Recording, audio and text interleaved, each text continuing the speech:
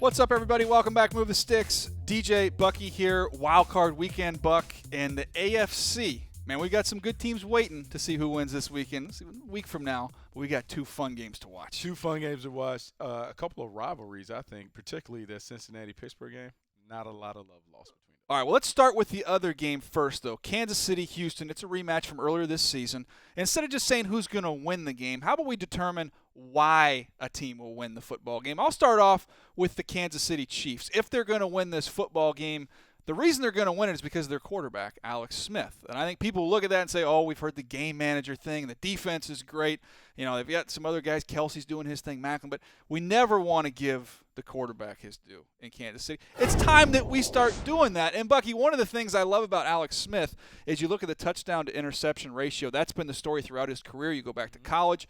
He protects the football. And in the playoffs, look, a lot of games are lost instead of won. You give games away by turning over the football. He's going to protect it, and because of the way Alex Smith plays, it's going to suit them well in this football game, and the Kansas City Chiefs will win. I'm a huge Alex Smith fan. The last 10 games, 14 touchdowns, only 4 interceptions. You talk about his ball security being superb. I like what Andy Reid has done in terms of allowing him to work the seams. He's a really good player, and I think he's going to have a big game. And one thing is, look, you're going to spread out in coverage. Alex Smith, we talk about all the time with his mobility. You give him a little bit of a room, he's going to be able to dice you up with his legs. We see what he does right here. Give him a rushing lane. He's got plenty of room to get out. He makes something happen. And this time against the Detroit Lions, he gets all the way in the end zone. I think back to that playoff game, Buck, against the New Orleans Saints. Quarterback sweep around the left side. He goes in, gets a big-time touchdown in that game. I think Alex Smith running around can make things happen as well. Doesn't get enough credit for his athleticism and his mobility. I want to say he's near 400 or 500 yards rushing. He was a guy coming out of Utah. Look, he orchestrated and directed Urban Meyer's spread system at Utah. He is a guy that is more athletic than people give him credit for, and is part of the reason they've added another element to that offense, his running ability. So Alex Smith's ability to take care of the ball and also extend plays with his legs is a huge reason why the Chiefs have been hot coming into the postseason. All right, now if you pick up the Houston paper after this game and say the Texans win, the headline will say what? What is the reason that they win this football game? The Kansas City Chiefs could not find Waldo. And Waldo is J.J. Watt. J.J. Watt is a disruptive force at the line of scrimmage. He's a guy that dominates with his athleticism, his strength, his power.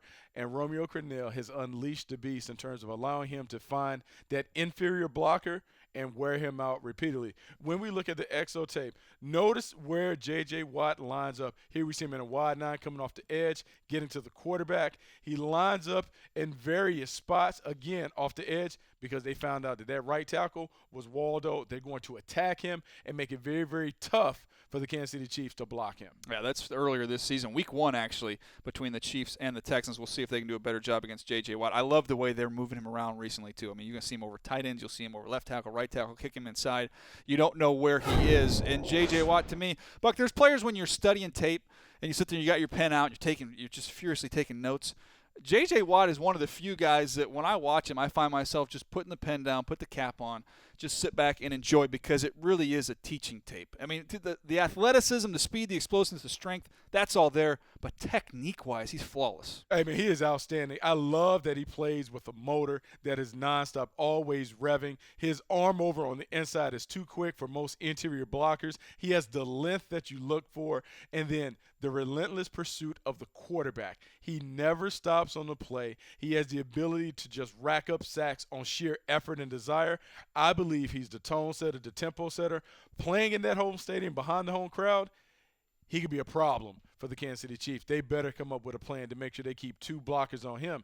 But when you do that, yeah, Whitney Merciless can do his thing too now. Also, watch out for Jadeveon Clowney. He was beginning to come on. Yeah, we'll see what those guys do. All right, this is a rematch, right? Kansas City, Houston played earlier this year.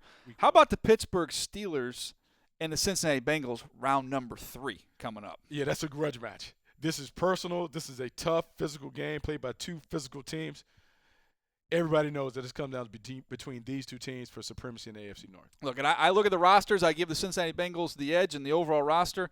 But if the Pittsburgh Steelers are going to win this football game, and I do believe they win this football game, it's going to be because the more physical team, Bucky, and they proved that when they played last time in Cincinnati. This felt like a little big brother, little brother situation they had going on there. So disrespectful. And there's one play in particular. We look at the numbers here this season for the Steelers defense. Okay, they don't wow you. This is a good team with a lot of speed on the defensive side of the ball. You see the hits and the hurries there. But to me, the one play, I want to go to this one play in the game earlier against the Cincinnati Bengals. It's an interception. I don't want you to focus on the interception, Buck. The interception's nice. I want to focus on what happens after the interception. Keep an eye on Ryan Shazier, number 50. Pow. Now let's look at James Harrison, see what he was going to do. So there, look, that's what this Pittsburgh Steelers team is all about, Bucky. It is physical, it is nasty, and they have that big brother, little brother thing going for them in this game, and I think that's going to be the difference.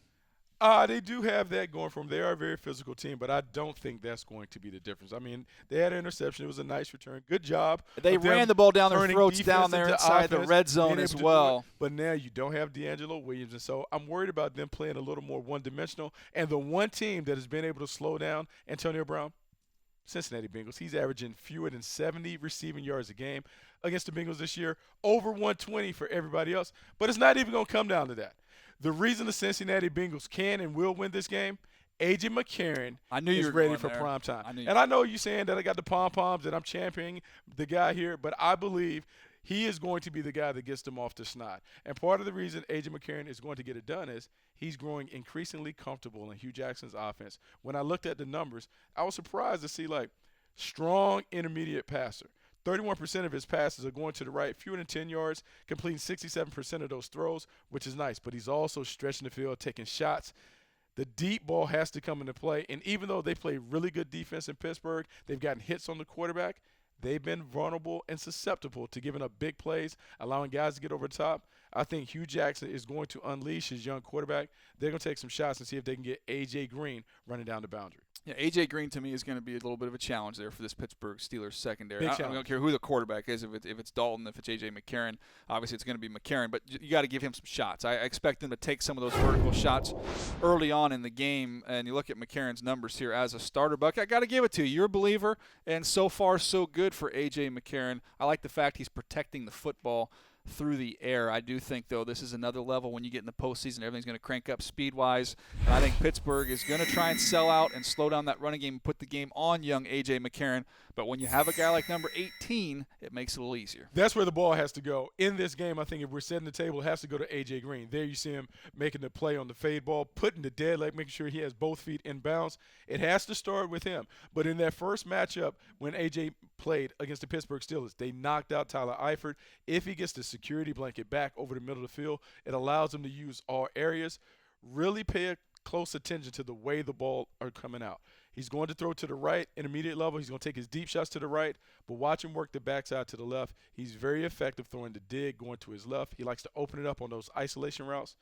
A.J. McCarron is going to be fine, more comfortable, confident, playing 2 national championship games. I think he's ready for this one. All right, so you like them to win the game in Cincinnati? I do like Cincinnati. Okay, I'll take Pittsburgh, and going back Kansas City, Houston, I will go Kansas City. Who do you have? I'm going to go with Kansas City. Even though I think J.J. Watt is a problem, yeah, I'm going to go to Kansas City Chiefs. I think they're a better team. All right, well, that's who Bucky and myself feel are going to win these games. Let us know who you think is going to win the game in the comments section below. Tell us where we're right or where we're wrong, what you think is going to happen, and be sure to check out our NFC video discussing those 2 wildcard games as well. Move the sticks, DJ Bucky. Check us out, NFL.com/podcast, as well as YouTube on the NFL channel.